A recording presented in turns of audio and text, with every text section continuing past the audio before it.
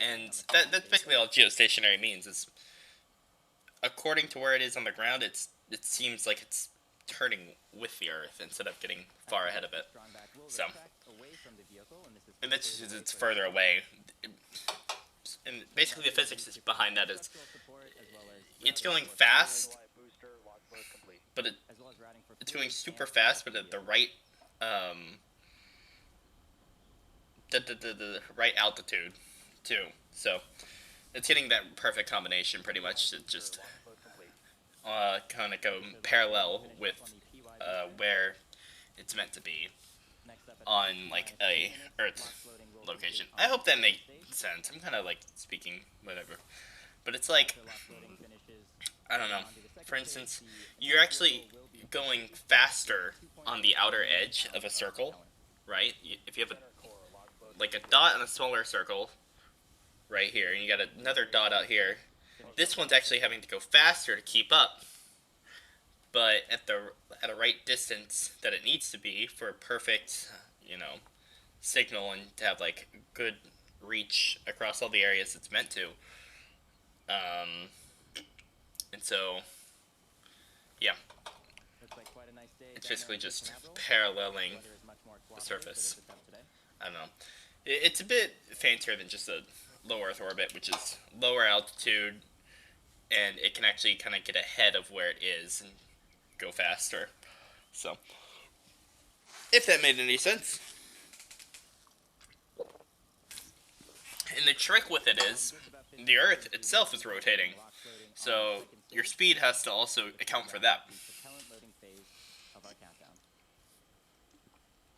And, yeah. So we are at T-minus 2 minutes. I am actually expecting this thing to go up, personally, today. And after this launch, I do want to do a little talk about Starship after some updates that have come out. And, yeah. Following this, the vehicle will enter startup at T-minus 1 minute. This is when the onboard flight computers go Falcon take Heavy. control of the countdown. Woo!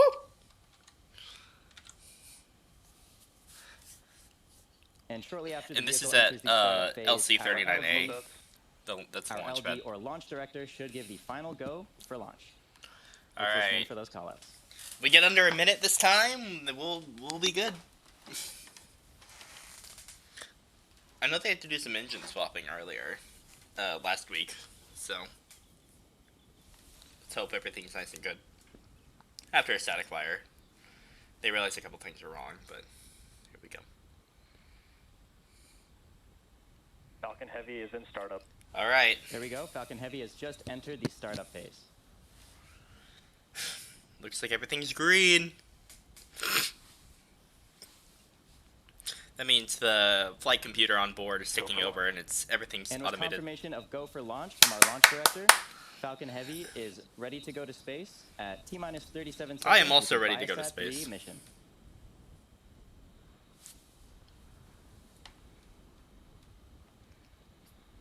Falcon Heavy. Ooh, look at, you can see some of the venting.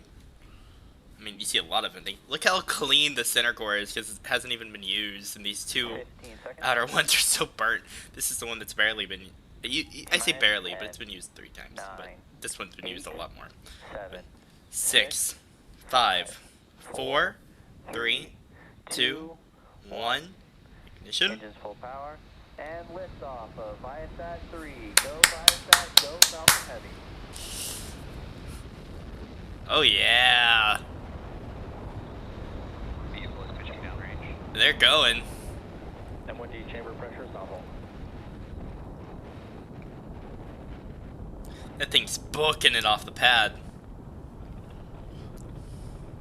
500 miles an hour already. It's been a few seconds. We are 30 seconds into flight under the power of 5 million pounds of thrust. Falcon Heavy is headed to space. That's so lot. Now we are throttling down our engines on those side boosters, and that's in preparation for Max Q. Power into telemetry nominal. Max Q is the moment of peak mechanical stress. Falcon Heavy is supersonic. peak mechanical stress All on right. the vehicle. So we do slow down the vehicle to get through this period of high stress. And once we pass through max Q, we will throttle those engines back Come up on those side on, Heavy. Whew. boosters. And great call out. We have passed. It looks like the through flame max color Q. changed a little We're gonna bit. throttle up those engines That's cool. again on these side boosters. Seems brighter. Could just be a camera thing. I don't know. You can follow along the telemetry on your left hand, on the bottom left hand of your screen.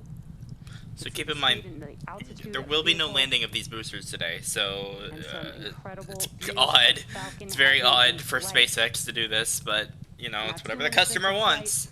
It just means it costs them more. The two side boosters again, and that will be to decrease the forces on the vehicle structure, and that's because the vehicle is now lighter as we're burning through the fuel on the vehicle, but the thrust will remain constant. Look at that. Wow, that looks amazing on the screen. All It looks three almost boosters red. burning right there. Looks super red in this. Following a nominal trajectory. And good call out on trajectory.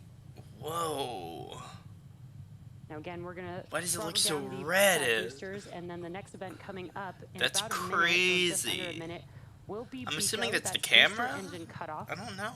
That's where we will shut down the engines on the side boosters, and then we will separate the side boosters from the center Look core. at it go. And as a reminder, we are not landing our side boosters or center core today due to performance needed on today's mission. Which And you can see on your right-hand screen, we do means have they're going to burn him a just a view little of the bit longer separation mechanisms to from get the all center the core to extra side fuel boost boosters. out of him.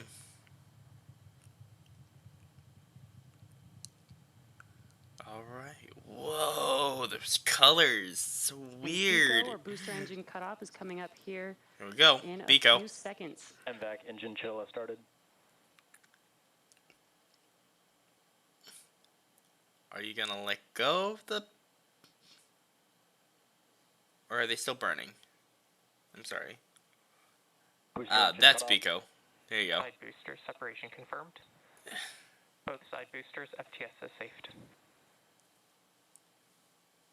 Great There we views go. there. We had Pico. Oh, you can booster see engine him cutoff, right here. and we watched as those side boosters, and you could see them there on your screen, those side boosters falling Vehicle is away, following a nominal trajectory.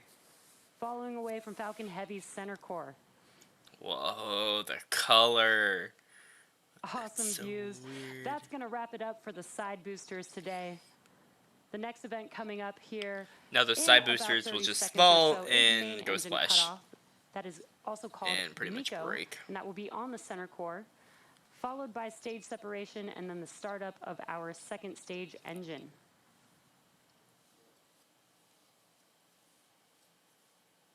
Look at that. Oh my god, that camera is so weird. I don't know what's going on with the colors, but you can see like each of the little flames from each of the engines. Main engine cutoff. Oh, Nico. Stage separation confirmed. Stage Nice. one FTS is safed. Come on, start up. MVAC. Yeah. Boom, full throttle. Acquisition signal Bermuda.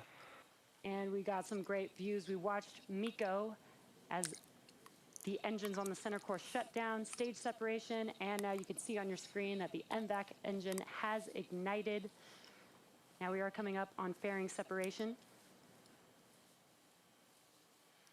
Doing 17,000 miles an hour. Separation confirmed. For kilometers an And hour, also I'm we're sorry. able to see and hear the call that Stage 2 is following a nominal trajectory. It's already, fairing I believe have it's already separated. faster than the speed of they the are now falling back International down to Space Earth, Station. and we will attempt to recover So- them using our recovery vessel, Doug.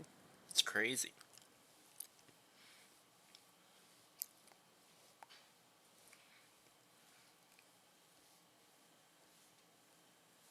Now what you're looking at on your screen is a view on our second stage looking aft at our MVAC engine. And our MVAC engine on the second stage is currently in the middle of its first burn. This burn has about a minute and a half left. After that, we'll have an additional 2 burns of our second stage engine before payload deployment. They make it look so easy, man. It looks so easy.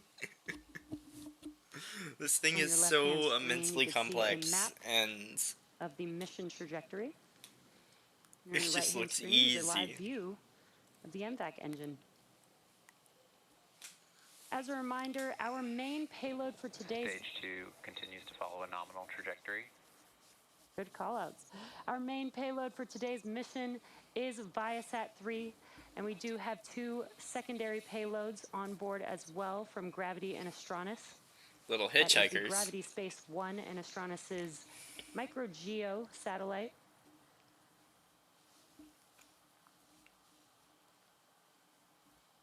If you're just now joining us, we're currently in the middle of the first of 3 burns for this MVAC engine today.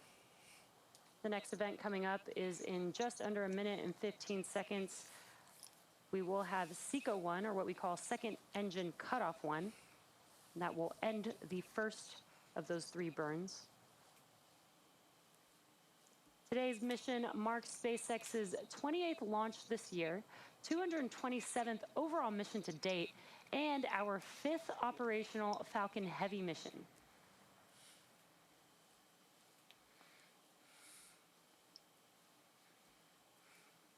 I don't really know what to say. I'm just gonna let him talk. It's cool to listen. Stage 2, FTS has saved. Now on your Falcon right-hand screen, you Heavy. can see the MVAC engine, Stage 2 has entered terminal guidance. and we're getting good call-outs there. On the bottom right-hand of your screen, you can see the speed of the second stage as well as the altitude. And we are about 20 seconds or so from SECO 1. That's where we will shut down this MVAC engine and allow the Let me, vehicle to coast with the payloads on board. Is it that much faster, really? Lost the signal, Cape.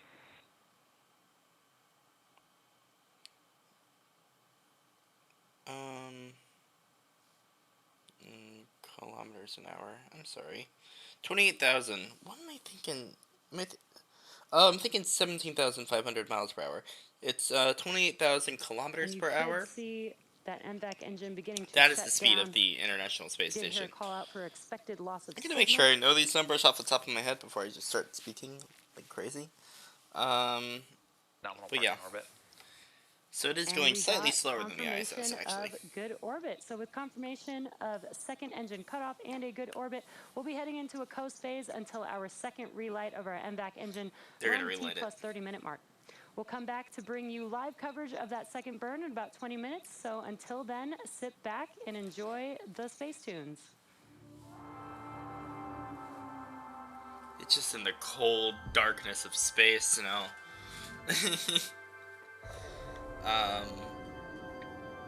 Yeah, you can see the engine is kind of just cooling off now a little bit. I think that's the sun? Pretty sure it's the sun. But yeah. Alright, so about T plus 30, so we got 20 minutes. Let's see if I can listen to some reactions of the launch. That will be fun, right?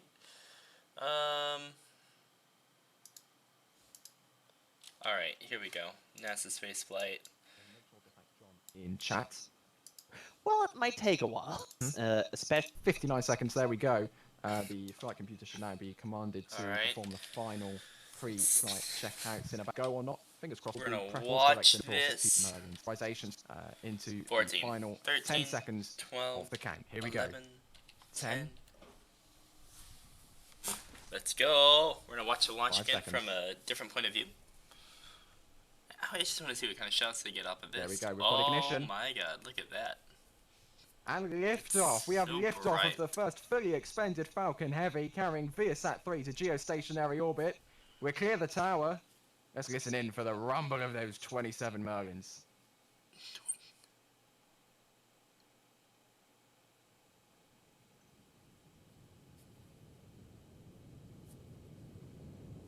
Listen to that audio. It's so cool.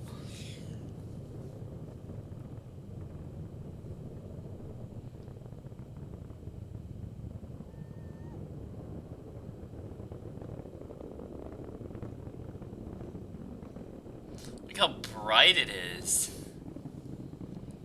There it goes.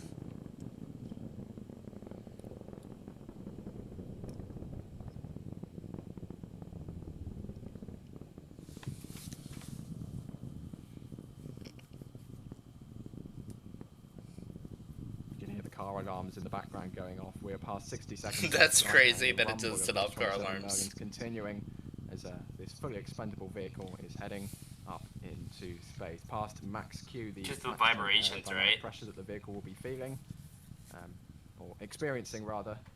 You can see the vapor now starting to come Look at off how of the it's vehicle like turning. as it So heads up cool. to geostationary orbit. And this And is we a have stable about rock. 90 more seconds to go here before we have BICO or booster engine cutoff, which will be the moment where these side boosters leave the center core alone and prepare for impacting the ocean. Here it goes. Falcon Heavy now just becoming a little less easy to hear as it heads down range. The you can see the plume expanding quite considerably now because of the lower density in the upper parts of the atmosphere. The Look, it flame looks coming out the almost bottom of the engine, at the bottom of the red vehicle, here is being, too. isn't being pushed in as much. So yeah, you can really see it now start to expand out as it heads up in That's so altitude. weird. Is that max tracking? I think it might be. This definitely isn't. This is SpaceX's track, but just really a proper fiery red color coming out the bottom of Falcon Heavy with a little bit of green in there too. As we're heading up into Yeah, that orbit. red. Eco up I like the next, red. coming up shortly. Oh, Both no, of it's the- like oh, blue. Look at this. Absolutely beautiful. Absolutely incredible views here. Bico up shortly. The side cores will shut down and then separate from the center core, which itself will continue up into space before dropping off the second stage. Oh, look, Are we look how enjoying the color there? NSF stream is actually yes. ahead. Look at this. Look just at that.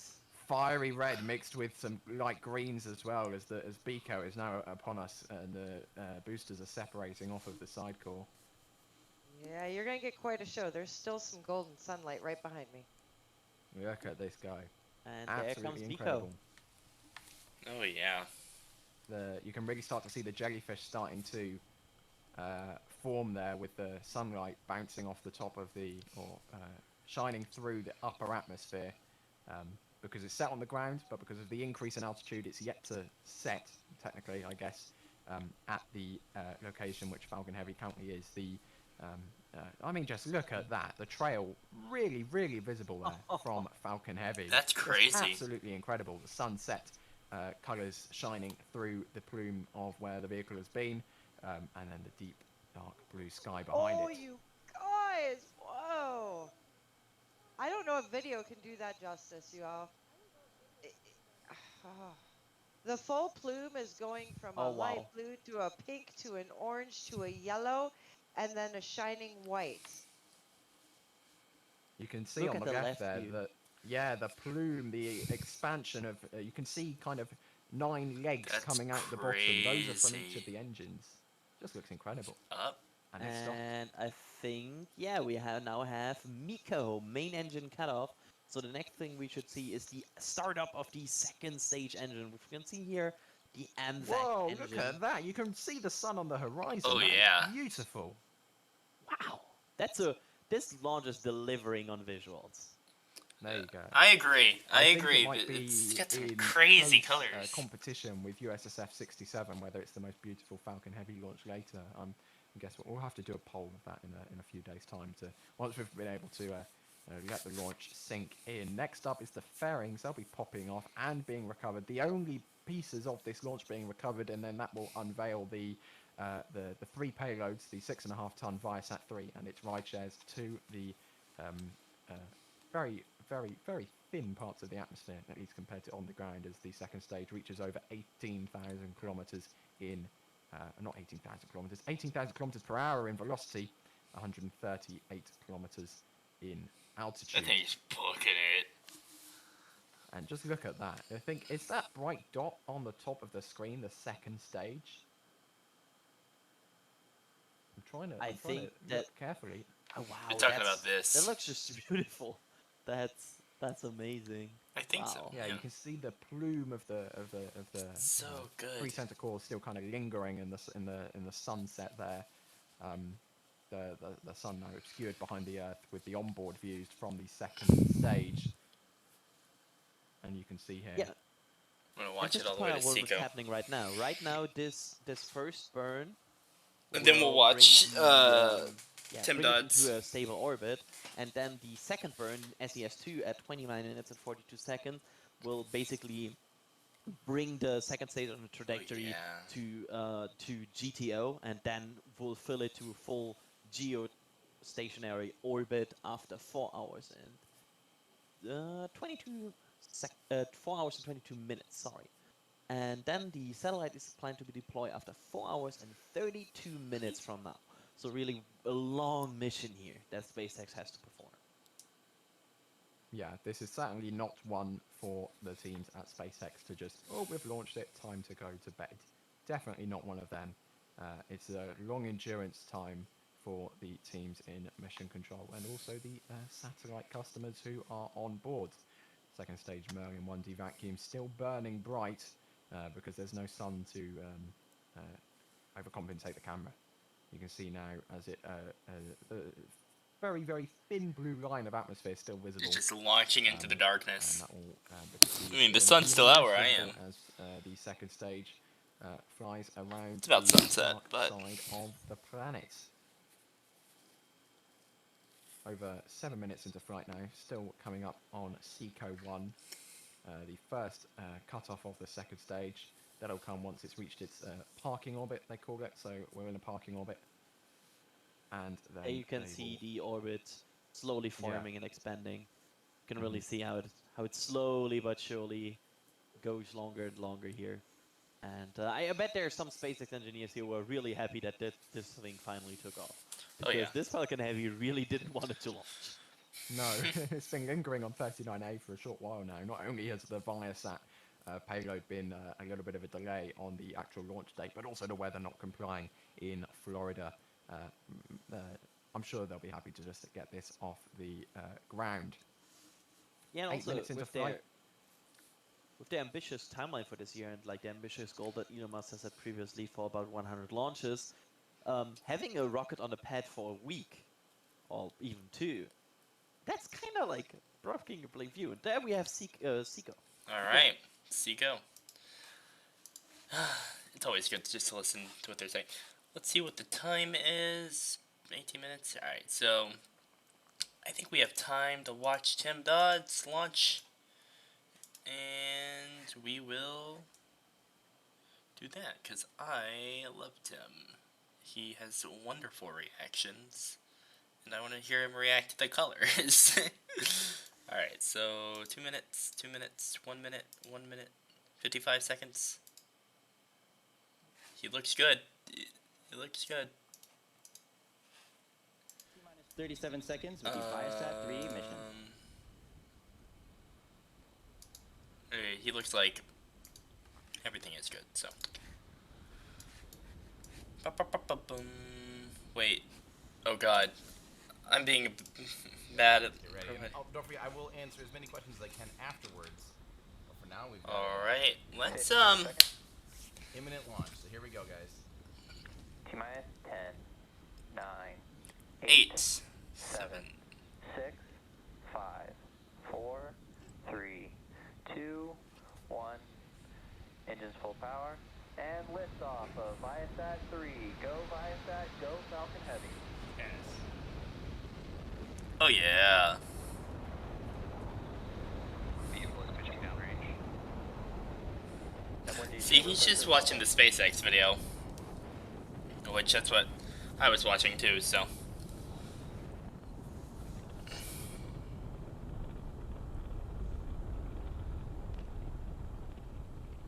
We are 30 seconds into flight under the power of 5 million pounds of thrust. Oh man. Falcon Heavy is Wait, I headed didn't to realize. space. Like, look at that. You can Now see we it. are throttling down our engines on those side boosters, and that's in preparation for Max Q. Power and telemetry nominal. Damn, the real life Max graphics Q update is looking the moment of crazy. peak mechanical Falcon stress. Heavy is supersonic. peak mechanical stress on the vehicle, so we do slow down the vehicle to get through this period of high stress. And once we pass through max Q, we will throttle those engines back up on those side boosters. Max Q. And great call out, we have passed through max Q. So we're gonna throttle up those engines again on these side boosters. Keep the center core actually throttled down so it has. You can follow along the telemetry on your left hand, on the bottom left hand of your screen. You can see the speed and the altitude of the vehicle. And some incredible views of Falcon Heavy in flight.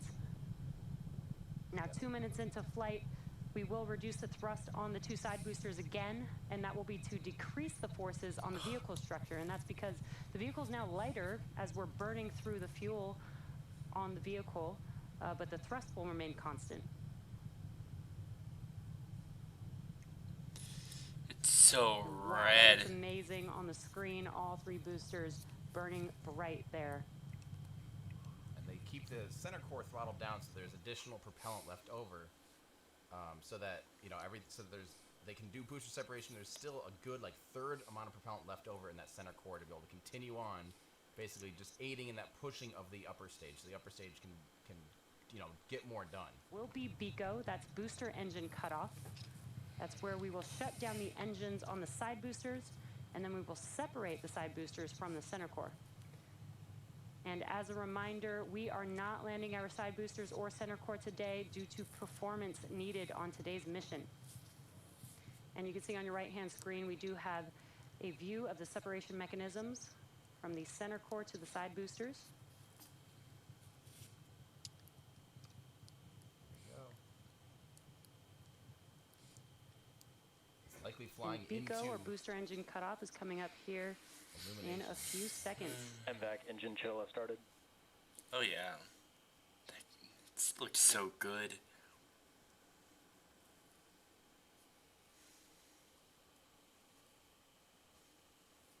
we go. Booster engine cutoff. Side booster separation confirmed. Looks Both good. side boosters, FTS is safed. Great views there. We had BECO, booster engine cutoff, and we watched as those side boosters, and you could see them there on your screen, those side boosters falling Vehicle away, is following a nominal trajectory. falling away from Falcon Heavy's center core. Now, I'm not sure why they have cold gas thrusters. Awesome views. That's going to wrap it up for the side boosters today. The next event coming up here in about 30 seconds or so is main engine cutoff. That is also called MECO, and that will be on the center core, followed by stage separation and then the startup of our second stage engine. I think a plane flew right through the vantage point there. Which at this point, this is already hundreds of kilometers downrange. So very far away, but I'm confused what path that could have been on from a tracking camera. But that definitely looked like a plane flew right. Main engine cutoff. There we go. Center core cut off. Stage separation confirmed. Stage 1 FTS has safed. There it goes. MVAC ignition. Amazing. Acquisition signal, Bermuda. And we got some great views. We watched MECO as the engines on the center core shut down, stage separation, and now you can see on your screen that the MVAC engine has ignited. Now we are coming up on fairing separation.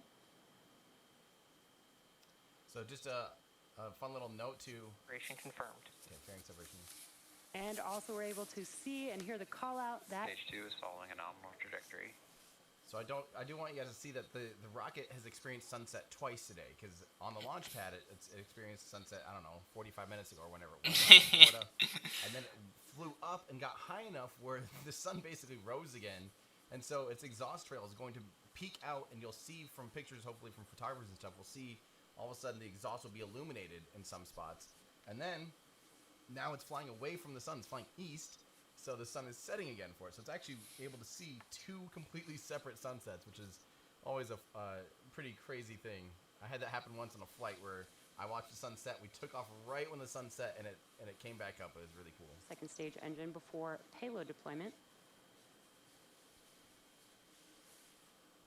And now don't forget too, the reason that the Merlin engine that you see on screen here, the upper stage engine, the reason this thing is glowing bright red is because it's radiatively cooled. So it uses niobium, pretty thin niobium metal, and the way that it releases some of the heat from the engine is by just radiating it out into space. There's no air there, so it can't conduct heat away, but it radiates it out, so it's glowing bright red. So if you had your hand near it, you'd feel the heat through radiation, but you wouldn't feel it, again, through convection.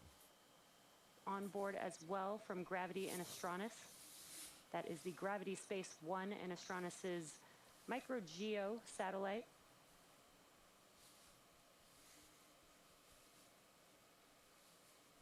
You're just now joining us. We're currently in the middle of the first of 3 burns for this MVAC engine today. The next event coming up is in just under a minute and 15 seconds. We will have SECO 1, or what we call second engine cutoff 1. And that will end Hey, the Schlarg. first of those 3 burns. Yeah, no, it won't hit your house. Marks SpaceX's 28th launch this year, 227th overall mission to date, and our 5th operational Falcon Heavy mission. You're good.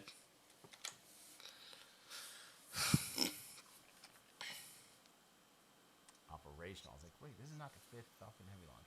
5th operational launch. Because the demo mission made it 6. Got it. Stage 2, FTS has safed. Now on your right-hand screen, you can see the MVAC engine. Stage 2 has entered terminal guidance. And we're getting good call-outs there. On the bottom right-hand of your screen, you can see the speed. That's right. The difference is the demo mission, they launched a car into space instead of a satellite. About 20 seconds or so from SECO 1. That's where we will shut down this MVAC engine and allow the vehicle to coast with the payloads on board. Looks like they lost the signal, Cape. So don't forget, it's going to do 2 more burns. It's first going to raise its orbit. Once it's in orbit, it'll be in a parking orbit. Then it'll coast to the point where it can raise its orbit out to the geostationary transfer orbit. And then it'll do another one once it's at the peak, and that's like 4 hours after the mission begins. And you could see that MVAC engine beginning to shut down. You did hear a call out for expected loss of signal. 4 hours? Whew. Nominal parking orbit. And we got confirmation of good orbit. So with confirmation Alright, of... we will end that coverage, and we are actually coming up on second engine start 1 now. Let's get going.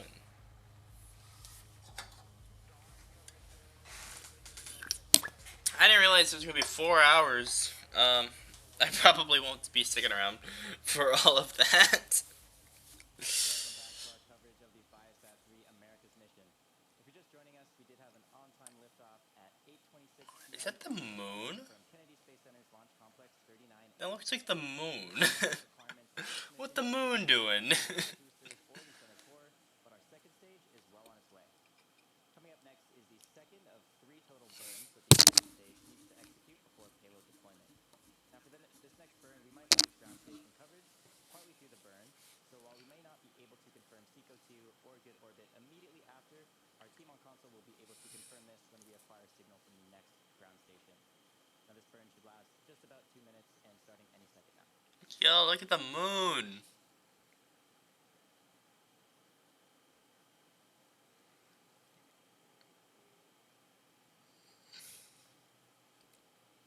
This is how far the moon is from it, because, I mean, it's burning, but it's not getting any further. As you can see on your screen, we did just start up the second engine for the second burn.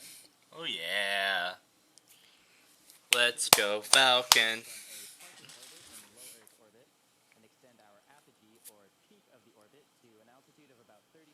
By the way, this is still a Merlin 1D engine, it's just a Falcon variant. So. See, now it's going faster than the ISS. Boom. Are we at 30?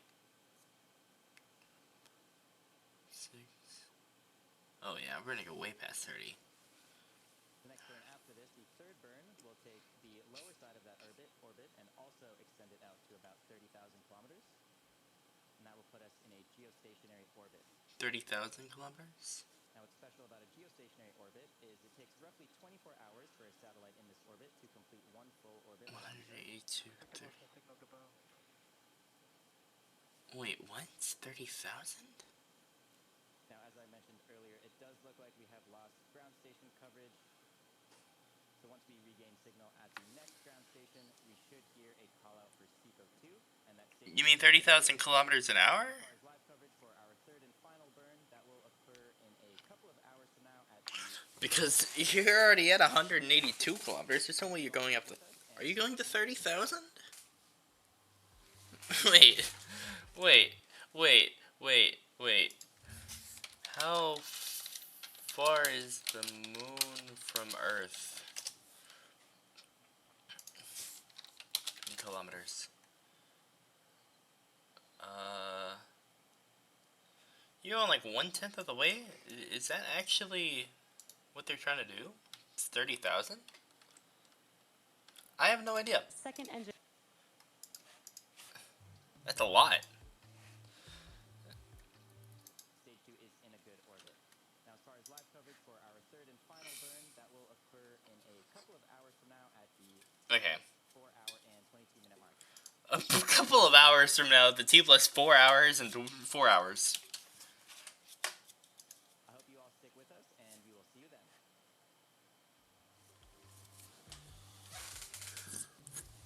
So that thing's gonna... it's gonna be about 4 hours. With that said, it'll be about midnight by the time, they do that second burn. I don't plan on streaming for that long. In fact, I think I'm probably gonna go ahead and call it. So yeah, that was launch coverage of Falcon Heavy. I will say, I want to talk about Starship for a brief moment. Let's see, Elon did a little bit of a TED Talk thing, not really a TED Talk, Twitter Spaces, whatever, right? Basically it sounds like, while the launch site does kind of look bad in damage, it's actually, like, all the key stuff, either was that got damaged, either they were going to replace anyways, it got damaged, or it's like, a lot of the internals of the launch mount stuff actually look fairly fine. It just seems like the biggest thing is the hole underneath it, and they should be able to... I think they've already actually started repairing today. So, and SpaceX has said multiple times, not just Elon. They told NASA directly, like, hey, 1 to 2 months. I think to each their own. I'm still doubtful, but you know, what else? So basically, what they would have to do is repair the launch site, and they're gonna put a huge like steel plating with a deluge system that shoots water out of it, and that should pretty much mitigate most of, if not all of, the concrete damage. Because the plates are gonna come out a bit a ways, not just underneath the rocket itself. So, I mean, it sounds like Booster 9 and either Ship 25 or Ship 28, because they're gonna pick one of the two ships with a re-entry capability, and that's because it does sound like they actually believe it's fairly possible this time to get all the way up, because the booster is actually significantly more robust. Booster 9 is, instead of Booster 7, such as it has like so the engine shielding on Booster 7 was kind of retrofitted, but the engine shielding on Booster 9 is designed into it, so if one engine goes out, it doesn't actually take out the others. And that sounds like what kind of started to happen on Booster 7.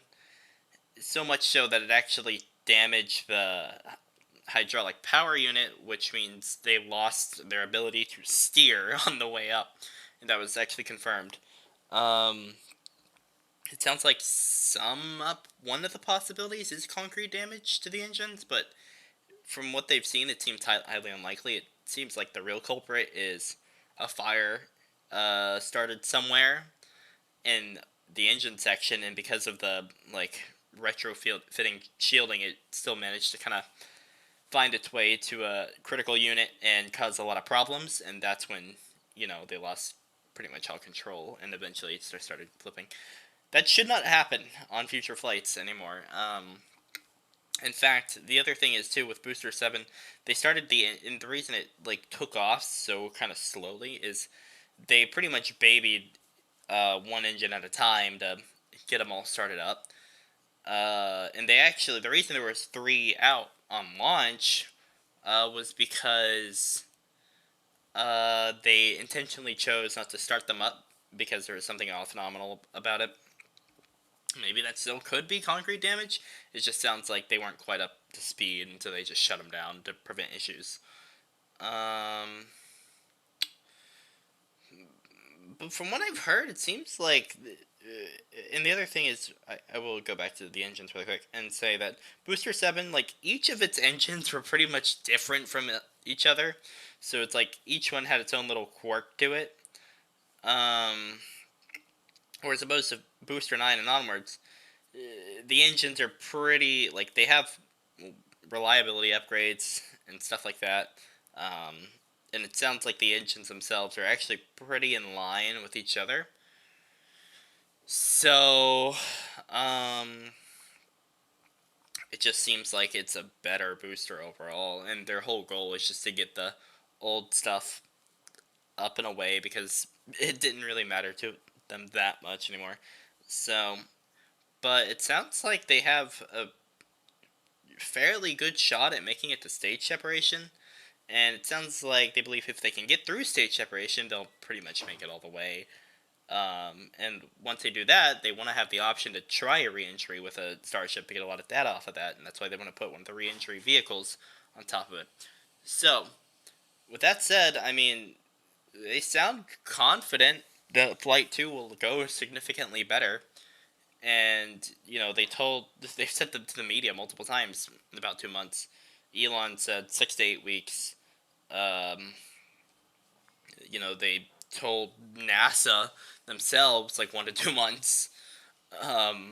It's probably going to be right about that 2-month margin. But, if it's normally there's this thing we say called Elon time because he'll say something. Like, I remember a long time ago he said Starship launches in 2 weeks. And it took about 2 years. But it sounds like everybody's on board with the same idea. So while the damage may look bad from an outside standing point, it sounds like all the major stuff kind of narrowly dodged significant damage that would result in months of replacement and repair. So they're going to be able to get everything back up to speed and go again with lessons learned. But with that said, I mean, shoot, I think they could do it, right? I have no doubt. It may take them a couple tries, but from what it sounds like, they're fairly confident already about Flight 2 being better than Flight 1. Because they set expectations so low for the first flight, but now it sounds like they're raising them up a bit. And, if they're raising the public's expectations, that means their internal expectations probably are fairly decent. So, I would expect Flight 2 of Starship to go fairly well. We'll see. Knock on wood, obviously, but sounds like so far so good. We'll just have to kind of see how repairs and upgrades go and get these next vehicles on the pad. I believe this week they're going to choose either Ship 25 or Ship 28. It just depends on which one is better. It sounds like they both can be stacked on Booster 9, so that doesn't appear to be an issue. But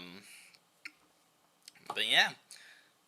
Booster 9, let's see, like, it has electric thrust vector control and, like, electric grid fin. A lot of things are using electric power instead of hydraulic power, so that should prevent any major issue. It sounds like each engine's kind of got its own little ability to steer instead of relying on one system.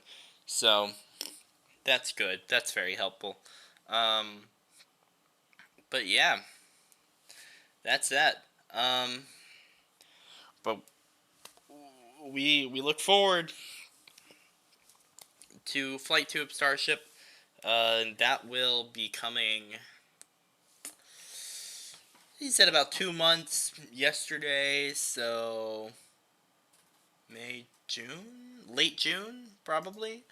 Late June is gonna be my guess, early July. So yeah, over the summer.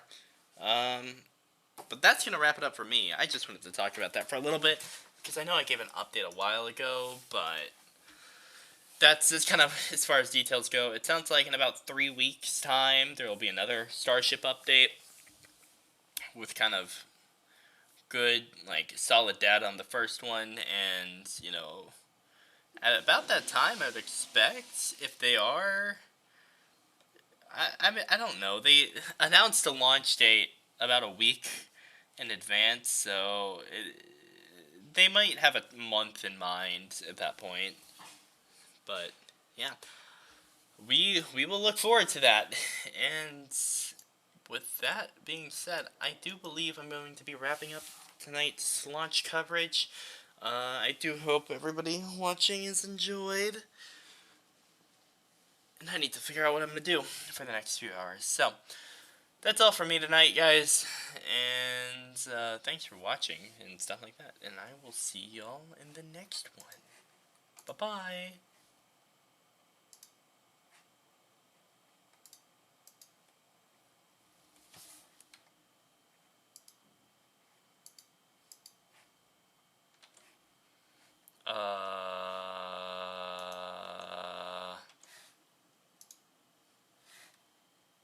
Wait.